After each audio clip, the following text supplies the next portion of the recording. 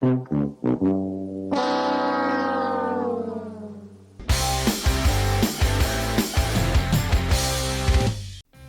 Hard? That's what you guys came up with? Die Hard at a wedding? And he thought Bride Hard was a cool title? Wow. So Bride Hard stars Rebel Wilson as Sam, a secret agent whose childhood bestie, played by Anna Camp, is getting married. As kids, they made a pact that they would never get married, and Anna Camp now is. Sam, who is a spy, can't tell anyone that she's a spy. So when she dips out of the bachelorette party to chase down a stolen WMD, her friends think she's just flaking out. Where's Sam? She's not making me feel very special, is she? Why is that girl's profession that's so important? And they downgrade her from maid of honor to a regular old bridesmaid. Virginia, would you be my new maid of honor? Oh. The wedding's at a Georgia plantation for some strange reason, because nothing says rom-com fun like historical trauma.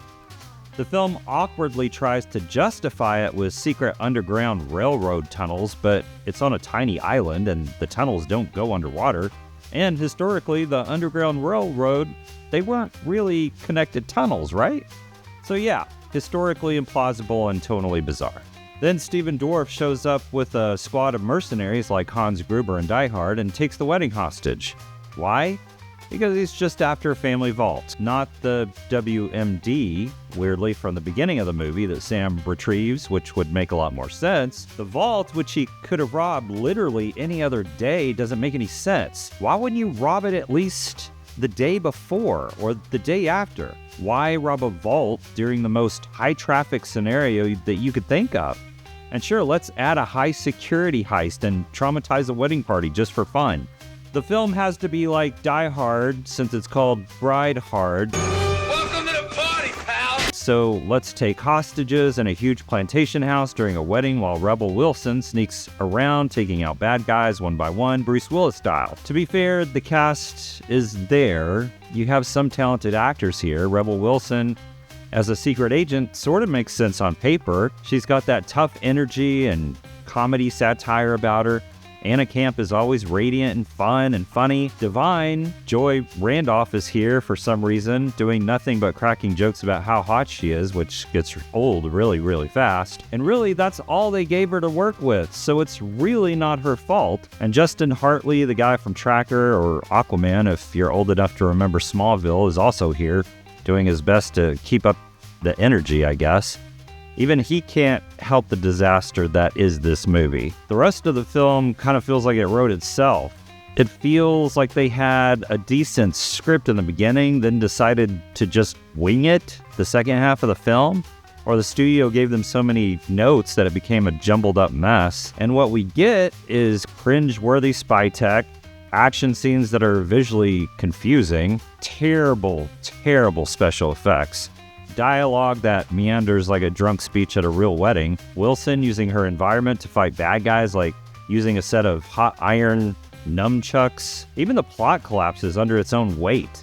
We start with a stolen WMD, then forget it exists altogether. It's like the movie had a to-do list and just gave up halfway. Director Simon West, the guy who made Con Air and Tomb Raider, seems like he forgot how to stage both action and comedy.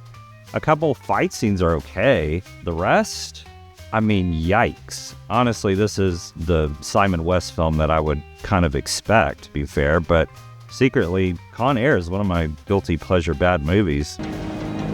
Why couldn't you put the bunny back in the box? Bride Hard wraps up with a blooper reel, letting us know that at least someone in this movie had fun making it. Unfortunately, it wasn't me. It's the cinematic equivalent of being stuck at a wedding with no open bar. The reel was better than the movie, to be fair, but if you decide to do a blooper reel, here's a thought. Actually make it funny. Let's be real, most people don't really get stupid humor, and that's okay. They're not for everybody, totally fine. I personally love stupid comedy. Billy Madison, Anchorman, Happy Gilmore, Tommy Boy, the Naked Gun series. Whatever scum did this, not one man on this force will rest for 1 minute until he's behind bars. Now let's grab a bite to eat. Incredibly stupid.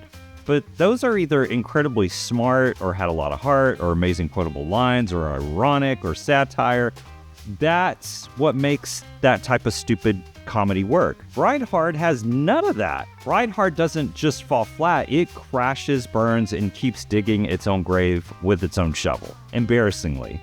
It's like that one friend who you hate bringing around other friends because their jokes are so cringy. This movie sort of reminded me of the 2015 Melissa McCarthy comedy Spy. That was done so much better than this thing. I guess Paul Feig wasn't available for Bride Hard. This is his type of movie. This movie is so hard to watch. Not emotionally, just literally painful. The jokes go down as smooth as swallowing broken glass, and the editing feels like someone dropped a film reel into a blender and hoped for the best. This is one of the worst cut films that I've ever seen.